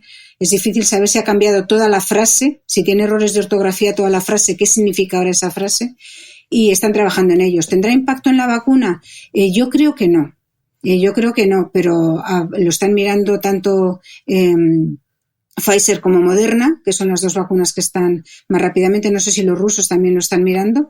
Las vacunas que ya se están aplicando, desde luego las que nos afectan a nosotros sí que lo están mirando. Para ello tienen que aislar el virus infeccioso y eso lleva un tiempo y analizar si este virus infeccioso se neutraliza con los anticuerpos que hacen las personas vacunadas. Eso lo están haciendo y calculaban 2 o 3 semanas. Lo sabrán. Es probable que sí que se neutralice, o sea, que no haya problemas. Margarita, tú durante toda esta pandemia, si algo te ha caracterizado es lo cauta que has sido siempre, ¿no? ¿Tú crees que somos demasiado optimistas con la vacuna? Bueno, no, la vacuna tiene buena pinta. En lo que tiene buena pinta hay cosas que no sabemos. No sabemos si los vacunados van a ser contagiosos. No sabemos cuánto va a durar la vacuna y no sabemos si también va a proteger de la infección y si protege la infección. Porque si protege la infección será importante, porque si protege de la infección tendrá sentido vacunar a los asintomáticos, porque entonces nos quitaremos toda esa transmisión silenciosa que es una de las cosas peores de esta epidemia, que no sabes de dónde te viene el virus, ¿vale? Entonces, esas cosas no las sabemos, pero para cuando las sepamos, pues ya será mejor todavía. ¿Eso cuándo lo sabremos? O tendrán otras vacunas. Bueno, los asintomáticos se podrá saber relativamente pronto, analizando, como he dicho, si tienen anticuerpos frente a otras proteínas del virus que revelarán si se han infectado o no y si hay diferencia entre los vacunados y los que han recibido el placebo en los ensayos clínicos. Eso se sabrá a lo largo de enero, eso sí que se sabrá. Pero hasta que lleguemos a tener suficientes dosis de vacunas para vacunar a los asintomáticos, es decir, aquellas personas que son jóvenes y no están en ningún grupo de riesgo, nos quedan meses, cuando no años, ¿no? O sea, ahí nos queda bastante. Pero bueno, es importante saberlo. En lo que confiamos es que, parecía al principio que confiábamos en que el día que se vacunase a la primera vacuna, esto estaba resuelto. A la primera persona esto estaba resuelto. No. El día que acabemos la primera campaña de vacunación de absolutamente todos los individuos vulnerables de una región geográfica extensa, entonces sí que podremos decir hemos llegado. Pero todavía nos falta. La campaña de vacunación lleva mucho tiempo y no es lo mismo que tener la vacuna y empezar a vacunar a la primera persona. Pero claro, ya estamos en un camino muy bueno. Hay que irse alegrando etapa a etapa. Estos son muchas etapas y hay que irse alegrando de que si ganamos cada etapa de la Vuelta Ciclista, pues vamos avanzando. Pero todavía no hemos ganado la vuelta entera. Margarita, ¿cuándo se conseguirá la inmunidad colectiva? ¿Qué porcentaje de la población debe vacunarse para lograrlo? Antes de eso, antes de saber qué porcentaje de la vacunación tiene que vacunarse, tenemos que saber que para conseguir la inmunidad colectiva, la vacuna tiene que proteger a los no vacunados. ¿Cómo protege a los no vacunados? Cuando los vacunados no contagian. Si los vacunados todavía se pueden infectar, si en los vacunados se multiplica el virus, si el virus se multiplica suficiente como para contagiar a sus contactos, aunque ellos estén vacunados y protegidos de la enfermedad, no nos están protegiendo a nadie más. Al contrario, estamos aumentando el número de asintomáticos que lo transmiten de una manera silenciosa. En ese caso, no habría posibilidad con esa vacuna de alcanzar inmunidad colectiva. Ya no hablemos de porcentajes. Luego, lo primero es saber si los vacunados contagian o no contagian cuando ellos se infectan.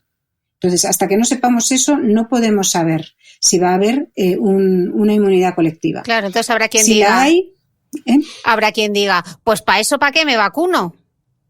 Bueno, la mitad de las vacunas que inoculamos a los niños, la mitad de las vacunas no protegen de la multiplicación del agente infeccioso en nosotros y estamos encantados porque no sabemos ni lo que es la difteria ni lo que es el tétanos. Protegen de la enfermedad. Hay alrededor de 7 casos de tétanos en España al año, prácticamente nada. Y es en accidentes brutales en los cuales hay un contacto masivo de la sangre de esa persona con algo en donde crece la bacteria del tétanos, pero son casos poquísimos porque la vacuna funciona con muchísima eficacia. O sea que eso está ocurriendo.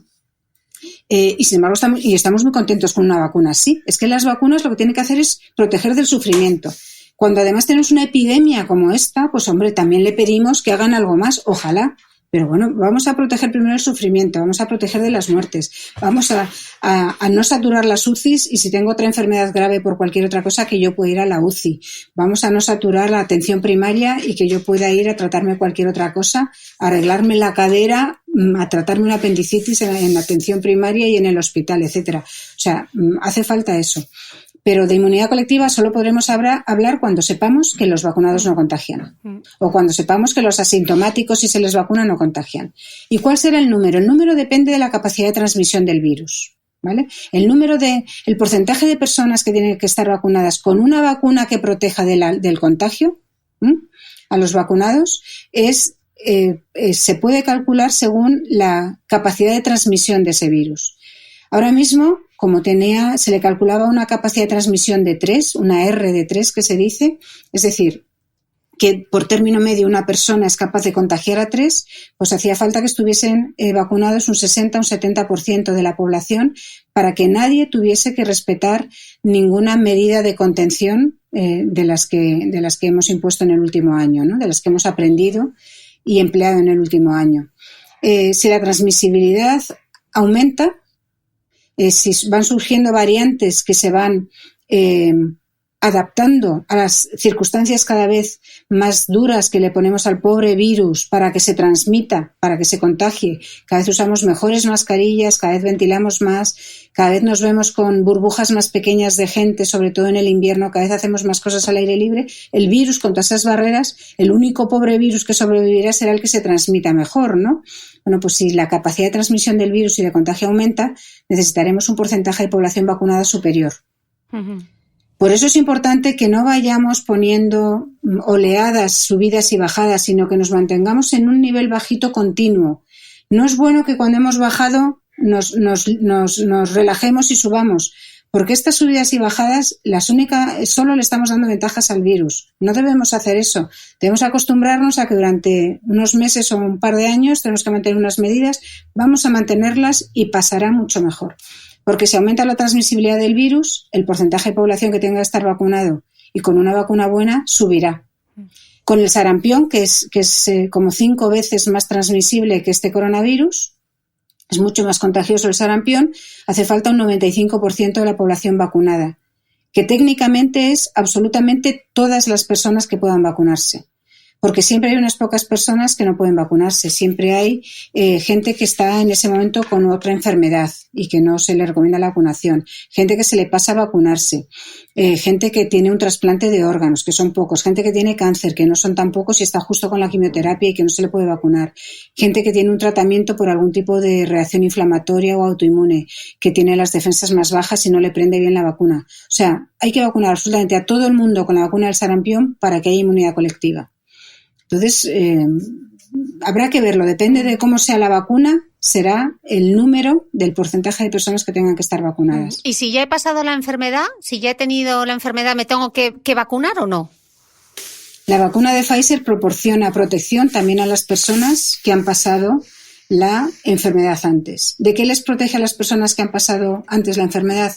Pues de la infrecuentísima situación de que las personas que han pasado la enfermedad se reinfecten y tengan algún síntoma detectable. En general son mucho más moderados o leves de lo que fueron la primera vez, porque la inmunidad, el entrenamiento de nuestro sistema inmunitario con la primera infección, si la hemos sobrevivido, ese entrenamiento queda ahí. Es la primera vez que hemos visto la película y la segunda vez la recordaremos mucho mejor.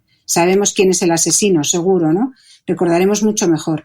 Entonces, las personas que ya han pasado la infección están bastante protegidas por sí mismas, pero incluso con esta vacuna de Pfizer que lo han mirado, con la de Moderna no, porque no lo han mirado, con la de Pfizer que lo han mirado sí que han visto que incluso protege por encima de la protección natural. Incluso no tienen ni síntomas leves. Uh-huh. Era realmente innecesario proteger de síntomas leves, pero bueno, es una información que tenemos. Por lo tanto, por ahora se está recomendando que se vacunen tanto las personas que han pasado la enfermedad como las personas que no la han pasado, que es lo más obvio, ¿no? Y además, así no se establecen distingos. Y luego otro punto importante es que las personas que han pasado la enfermedad y que se vacunan no tienen ninguna contraindicación. No tienen ningún efecto adverso. Es decir, la mezcla de haber pasado antes la enfermedad y luego vacunarte no ha tenido ningún efecto distinto más allá de que protege de la infección. Todo ha sido bueno, un poco innecesario porque la reinfección es bastante benigna, muy leve, pero protege. Y no tiene ningún caso de enfermedad exacerbada o alguna cosa que se podía mirar. Y eso se ha mirado con absoluta lupa. Es decir, cada semana del ensayo clínico se analizaban todos los datos, no fuese a pasar eso, y no ha pasado. Y luego otro punto importante es, en particular en las personas muy mayores que ya han pasado la infección, el estado inmunitario en que pasaron la primera infección a lo mejor no es el mismo que el que se encuentran cuando tienen 1 año o 2 años más, porque el sistema inmunitario va decayendo con la edad, sobre todo a edades muy avanzadas. Entonces, en particular a las personas muy mayores, que son justo las que se están vacunando ahora al principio, las que están en residencias, que además tienen pues problemas adicionales, pueden ser problemas de discapacidad motora o cognitiva, pero a veces son también problemas de otras enfermedades que afectan a su sistema inmunitario. Es mejor que vean la película 2 veces. Es mejor que si han visto ya el virus y lo han sobrevivido, si han visto la infección y la han sobrevivido, que se les dé la opción a vacunarse porque les protegerá más y además les durará más, y a lo mejor dentro de 2 años solo con la infección no estaban tan protegidos. O sea que en particular con lo que se está empezando sí que está recomendado que se vacunen a las personas que ya han pasado la infección porque les protegerá. Moderna no lo han visto todavía, con la vacuna de Moderna no se ha visto y no lo van a ver porque no han tenido la opción de poderlo ver, si protege a las personas que ya han pasado la infección, pero son tan parecidas las 2 vacunas que yo recomendaría lo mismo. Creo que saldrá con la misma indicación. En Estados Unidos no se ha quitado la indicación de que se vacune también a los que han pasado ya la COVID-19. Ok. Margarita, según los datos del barómetro del CIS del mes de noviembre, un 47% de los españoles no se vacunaría inmediatamente. ¿Qué piensas cuando ves este dato? Bueno, pues yo pienso que es esperable, que es lógico. En noviembre no teníamos nada tangible. Es decir, no sabíamos qué era. Entonces hay mucha gente que ante un desconocimiento pues no se atreve a decir, sí, te doy carta blanca. O sea, yo lo veo muy claramente que eso está en la naturaleza humana. Sin embargo, probablemente esas mismas personas 2 meses antes o 1 mes antes, en octubre, se habían vacunado de la vacuna de la gripe, si estaban en un grupo de riesgo. La confianza en las vacunas es muy alta cuando sabemos que son seguras y eficaces. Y en la de la gripe, que es menos eficaz, desafortunadamente, que estas de RNA frente al coronavirus, pues ha habido una respuesta muy masiva a la vacunación en los grupos de riesgo y en los sanitarios. Ese es el termómetro real. Cuando se ha vuelto a preguntar, ¿usted se vacunaría con la vacuna del coronavirus? Ahora es algo tangible, ahora es esta vacuna con estos datos que ya ha sido probada en Estados Unidos, que ya la está viendo la Agencia Europea del Medicamento, ha bajado el porcentaje de personas que no se fían de las vacunas, porque ya tenemos algo claro. Es que es una mezcla de precaución y de desconfianza. No eran personas antivacunas y cada uno se irá convenciendo a su ritmo. Yo, desde luego, ahora confío en la seguridad y en la eficacia. He visto los datos. Todavía no confío porque no se ve todavía en si protege de la infección, en si protegerá del contagio. Lo iremos viendo. Serán etapas siguientes a ver si las superamos. Pero por ahora merecen la pena totalmente. Las personas se irán convenciendo poco a poco. Quien está en más riesgo se convencerá antes, claramente. O sea, las personas mayores en las residencias están muy convencidas. ¿Hay alguna que tiene miedo? Claro que hay alguna que tiene miedo. El miedo es libre, pero el miedo se combate con hechos. Y entonces lo irán viendo cómo funciona. Irán viendo que las personas vacunadas tendrán más libertad, estarán más protegidas. La gente se irá confiando y cada uno a su ritmo. Esto no es obligatorio. El que está vacunado es el que está protegido, el que no está vacunado por ahora no está protegido y se irán viendo. O sea, yo les animo a que poquito a poquito vayan viendo las ventajas y vayan viendo que merece la pena. Margarita, ¿qué ocurrirá con el tercer mundo? Porque no parece, o al menos no sé si es que no hay interés informativo, no sabemos muy bien cómo está afectando el virus a África, ¿no? Bueno, sabemos que sorprendentemente hay pocos casos, hay poca mortalidad, porque los casos, pues decir, no están diagnosticando, no tienen sistemas de salud para diagnosticar. Hay menos mortalidad de la que esperábamos. ¿Es porque en el trópico ocurre menos? No, en Sudamérica hay mucha. No sabemos qué está ocurriendo en África. ¿Será algún tema relacionado con alguna protección especial de la raza negra? Bueno, es que la raza negra no existe. Hay mucha más diversidad humana en África, hay muchas más razas y etnias en África de la que hay en todo el mundo junto. La diversidad humana fuera de África es muy pequeña. El origen de la humanidad fue en África y allí hay muchísima diversidad, ¿no? Y solo parte de los africanos originales salieron hace millones de años o cientos de miles de años de África para poblar el resto del mundo. Y allí hay muchísima diversidad, o sea que tampoco es eso. A lo mejor hay alguna interacción positiva con la cantidad de enfermedades tropicales que tienen en África, que esas sí que son algo distintas a algunas de las que hay en Sudamérica. Bueno, es una gran incógnita. Está claro que los sistemas sanitarios en muchos países africanos no son suficientes para poder monitorizar esto, pero una mortalidad tan tremenda como la que tenemos nosotros se notaría incluso en poblaciones claramente más jóvenes, con individuos menos vulnerables como tenemos en Europa, que tenemos una población muy, muy envejecida que es la manera menos elegante de decir que tenemos una esperanza de vida altísima en Europa, ¿no? Pero realmente es una incógnita. Hay que llegar con las vacunas a todo el mundo porque está claro que las vacunas van a proteger de la extensión de la enfermedad por todo el planeta. Las enfermedades infecciosas no tienen límites. Y eso lo sabemos desde hace mucho tiempo. Cuando se decidió erradicar la viruela del mundo fue un esfuerzo internacional liderado por los países con recursos, claramente. Y la viruela se erradicó con los recursos de todo el mundo que entonces se cristalizaron en la Organización Mundial de la Salud. Para la erradicación de la poliomielitis, que queda muy poquito y solo en una zona geográfica entre Afganistán y Pakistán, no solo ha hecho falta los países con muchos recursos, los recursos de los países más ricos del mundo, sino que también ha hecho falta organizaciones filantrópicas muy potentes que han apoyado a todos los sistemas nacionales, como son, por ejemplo, han estado todas las organizaciones internacionales, UNICEF, la Organización Mundial de la Salud, los centros de control de enfermedades, etcétera, de todas las organizaciones nacionales, pero también filántropos como el Club Rotario Internacional, fundamentalmente, y también la Fundación Bill y Melinda Gates. O sea que esas fundaciones han sido necesarias para erradicar la polio. Bueno, pues para llegar con la vacuna del coronavirus a todos los sitios del mundo de una manera solidaria para proteger a los países con menos recursos y de una manera a la vez egoísta y práctica para que el virus no nos rebote a nosotros cuando ya hayamos logrado vacunar a toda la población vulnerable en nuestros países, se está organizando algo parecido a la Alianza Mundial para la Inmunización, que es Gavi, que es a quien le hemos dado, a esta alianza le hemos dado el premio Princesa de Asturias en noviembre, precisamente a la cooperación internacional, y la heredera de esto es COVAX, que es las vacunas frente al coronavirus, que están también, igual que nosotros, precomprando dosis de candidatos a vacunas para aplicarlas en los países del tercer mundo, contando con los recursos de los países ricos, claramente. Nosotros contribuimos ahí. Por desgracia, ni Rusia ni Estados Unidos están contribuyendo a COVAX, pero hace falta que contribuyamos con vacunas ahí.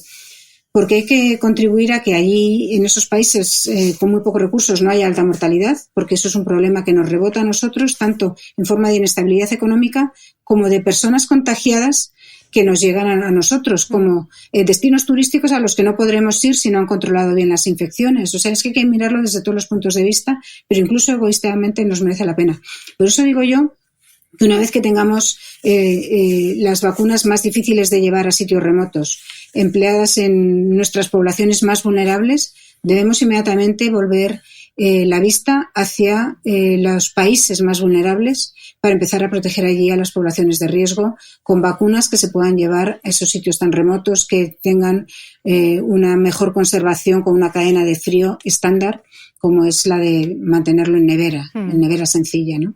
Margarita, te he escuchado decir que nuestra salud depende de la salud de los animales. ¿Qué significa esto? ¿Cómo ves el futuro? ¿Y si habrá más pandemias? Bueno, ¿habrá más pandemias? Yo espero ¿qué causa una pandemia? En último lugar, una pandemia causa lo que hemos hecho nosotros, no creernos que venía, ¿no? En último lugar, una pandemia lo causa no tener una intervención temprana. Yo espero que tengamos todos una intervención temprana, todos los países del mundo, que nos demos cuenta de que lo que hicieron los países del sudeste asiático no era nada más que estar entrenados frente a epidemias.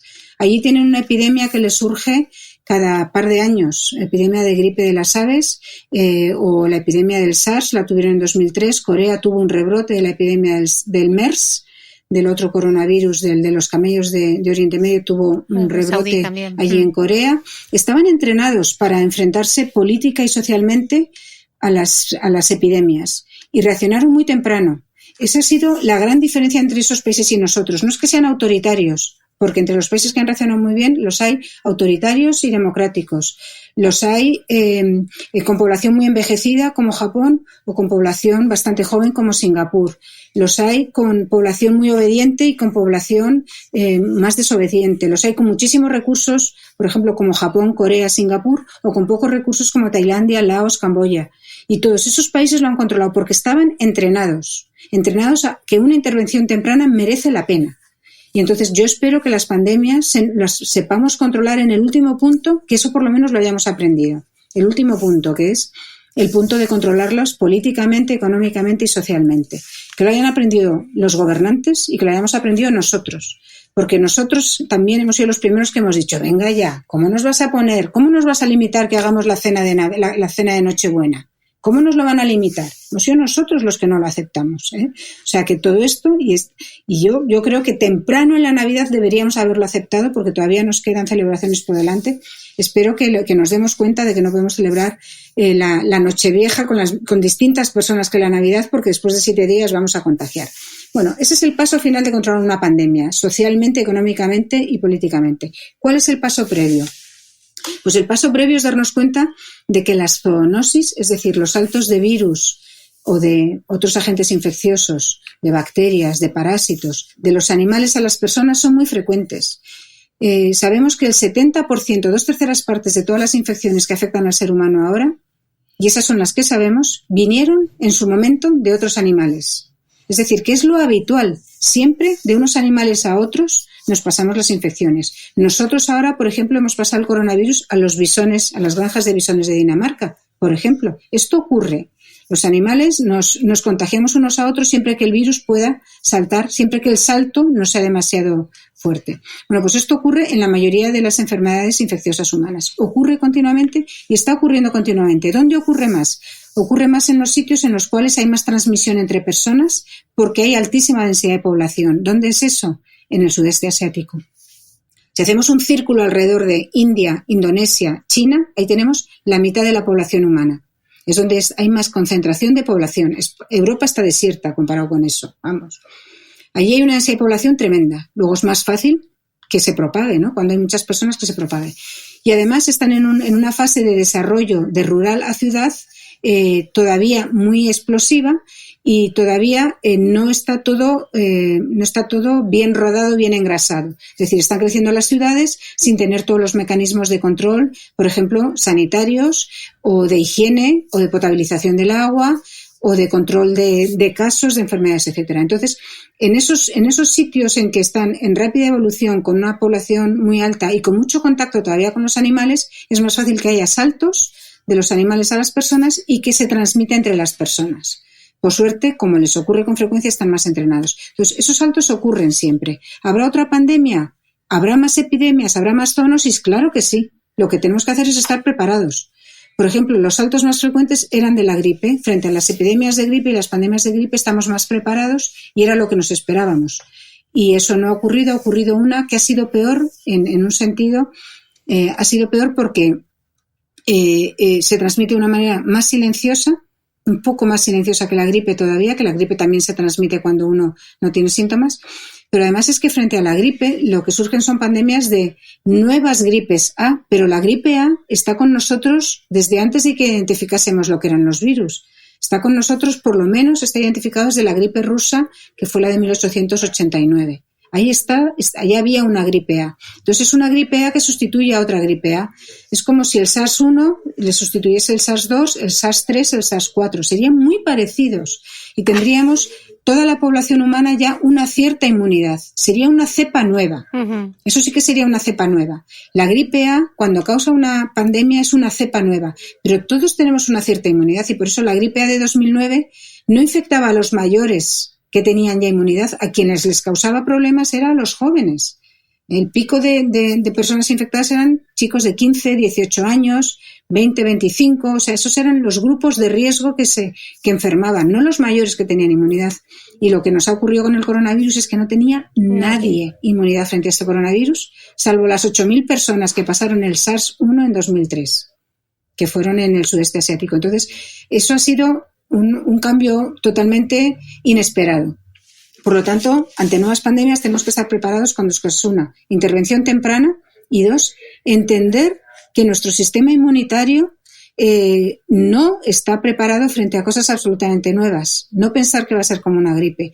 Y tres, pensar que no va a ser un virus como esto, que puede ser un parásito, que puede ser una bacteria, que puede ser cualquier otra cosa distinta y que todos los agentes infecciosos son mucho más diversos entre sí de lo que somos los seres humanos entre nosotros. Son muy diversos y los mecanismos pueden ser distintos.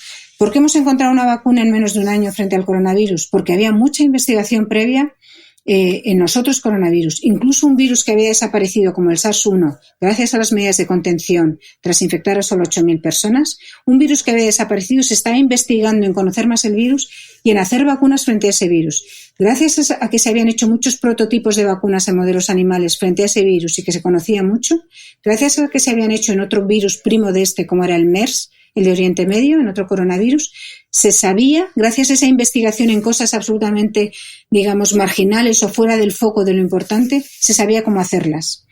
Desde que se supo la secuencia, digamos, un minuto después, se supo qué proteína era la que había que poner en la vacuna.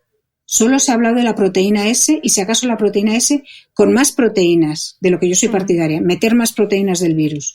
Pero, desde luego, siempre la proteína S. Eso lo sabíamos desde el minuto 1. Eso no lo vamos a tener con otras pandemias. Mucho cuidado, no lo vamos a tener. O sea, que no nos confiemos en que en menos de un año el mundo mundial va a ser capaz de sacar una vacuna frente a cualquier agente infeccioso. No. Hay que invertir muchísimo en investigación en muchísimos campos, desde la sociología hasta las matemáticas, desde la biomedicina hasta las viviendas, sanear viviendas, desde la transmisión por mosquitos hasta la transmisión por aerosoles. ¿Y por qué la transmisión por mosquitos? Ahí enlazamos con los animales. Hay muchas enfermedades que nos vienen de los animales a través de insectos. Por lo tanto, hay que controlar también la salud de las poblaciones de animales domésticos y la salud de las poblaciones de animales silvestres, porque hay enfermedades que nos vienen de ellos. Por ejemplo, el virus del Nilo Occidental, que hubo varios muertos en Sevilla casi cuando estábamos saliendo de la primera oleada, pues ese salta de los caballos a las personas a través de un mosquito. Y aquello se había descontrolado en la vorágine de la primera oleada y saltó y causó mortalidad en la zona del Guadalquivir, ¿no? Bueno, pues esas cosas ocurren. Hay que saber que hay que controlar la fauna silvestre, que hay que controlar los animales domésticos y que a veces de ahí nos vienen las epidemias. O sea que sí, hay que investigar en cosas que nos pueden parecer muy raras, como las poblaciones de mosquitos en la cuenca del Guadalquivir, pero que es muy importante saberlas. Porque si no investigamos, esto no se crea de la noche a la mañana. No nos creemos que esta vacuna ha surgido por ciencia infusa. Aquí había muchísimo personal investigador formado, muchísima investigación en todo el mundo y mucha colaboración. Esto hay que invertir en ello. No basta una medida de choque, esto hay que invertir de una manera sostenida en todos los países. Nosotros hemos ido más lento en España, porque además del abandono crónico de la investigación, teníamos un machaque tremendo desde la crisis de 2009 en investigación. Estamos en condiciones muy precarias, a pesar del muy, muy positivo efecto puntual de apoyo a la investigación que se ha hecho en este año. Entiendo entonces que tu deseo para el 2021, que estamos justo estrenando, sea más investigación en España, ¿no, Margarita? Que eso es lo que necesitamos, ¿no? Yo creo que sí, a todos los niveles, a todos los niveles, no solo en el campo de las infecciones, a todos los niveles, es muy importante. Y una cosa que hemos aprendido muchos es que desde todos los sectores hemos arrimado el hombro, desde todos los sectores de la investigación también, desde todos los sectores de la sociedad, claramente. Quien no haya arrimado el hombro, que levante la mano, porque es que realmente todos hemos tenido que trabajar, pero desde todos los sectores de la investigación. Y la investigación no se improvisa. Desde luego hay que invertir más en investigación, porque el talento en España es buenísimo. Lo que pasa es que se nos va. Pues con ese deseo para este 2021 que estamos estrenando, Margarita, darte las gracias por ser tan generosa con tu tiempo, por habernoslo explicado tan bien. De corazón, gracias y te deseo un feliz 2021. Muchas gracias. Igualmente, feliz para todos. Desde luego será diferente de los anteriores y diferente desde luego del 2020. Ojalá. Muchas gracias. Gracias a ti.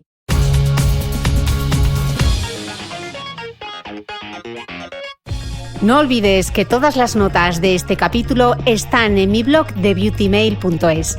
Además, si no quieres perderte ninguna entrevista, suscríbete al podcast de Cristina Mitre en tu reproductor de podcast habitual.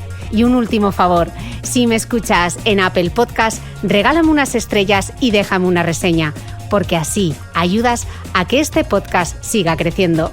Muchas gracias y nos escuchamos de nuevo el próximo domingo.